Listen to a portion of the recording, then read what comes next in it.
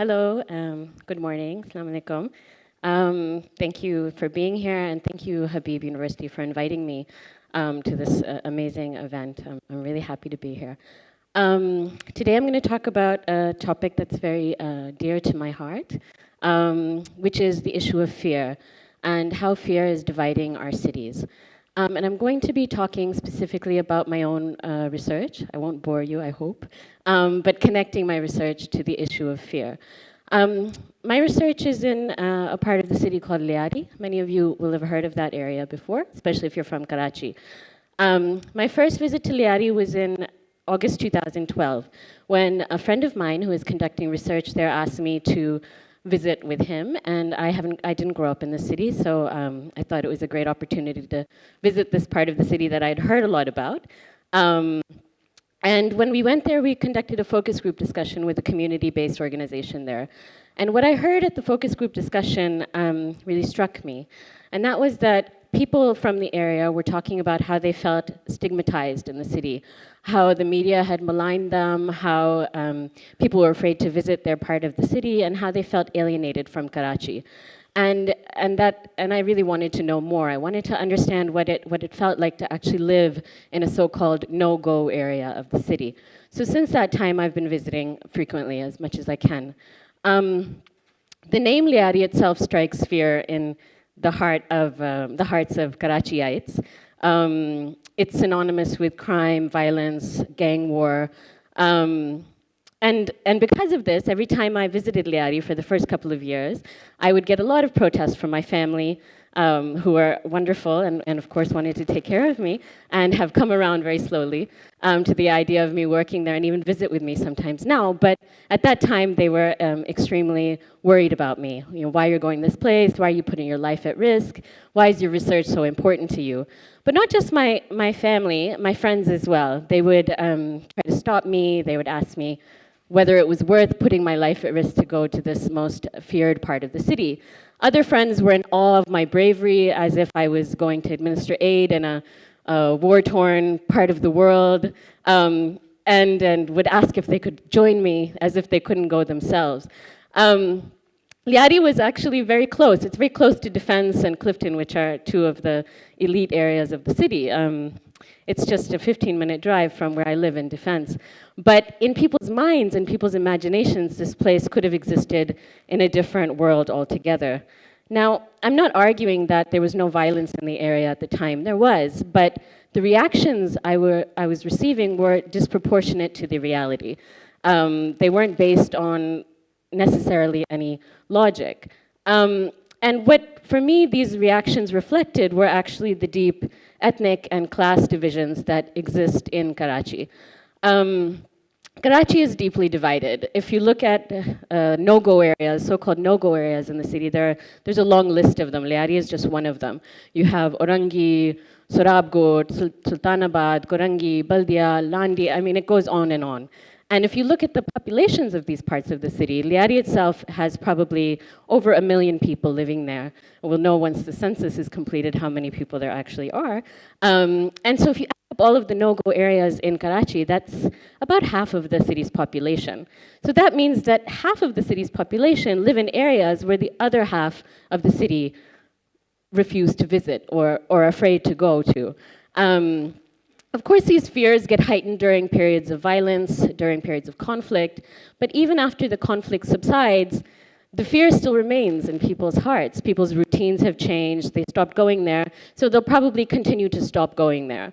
I always joke that Lyari is to Karachi what Karachi is to Pakistan, what Pakistan is to the rest of the world.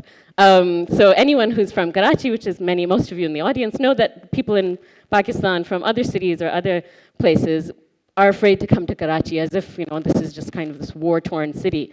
And we laugh at that. But people feel the same way about Lyari. And I have family that lives in the United States, where I grew up. And they're afraid to come to Pakistan.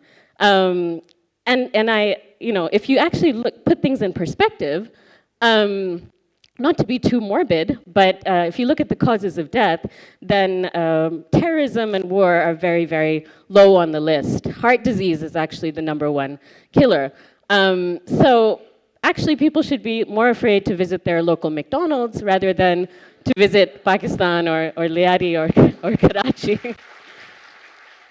So I'm not trying to minimize the horror of terrorism or violent crime. Of course, it's horrific, and it's something we should all be concerned about. But I'm arguing that we need to put our fears into perspective. This isn't just the case in Karachi. This is happening in cities all over the world. There's a kind of discourse of fear that's been built up. And by discourse, that's just a fancy way sociologists use to talk about to say a way of thinking and speaking about a certain thing. So there's a way of thinking and speaking about fear that seems to have seeped into all of our cities and all of our imaginations.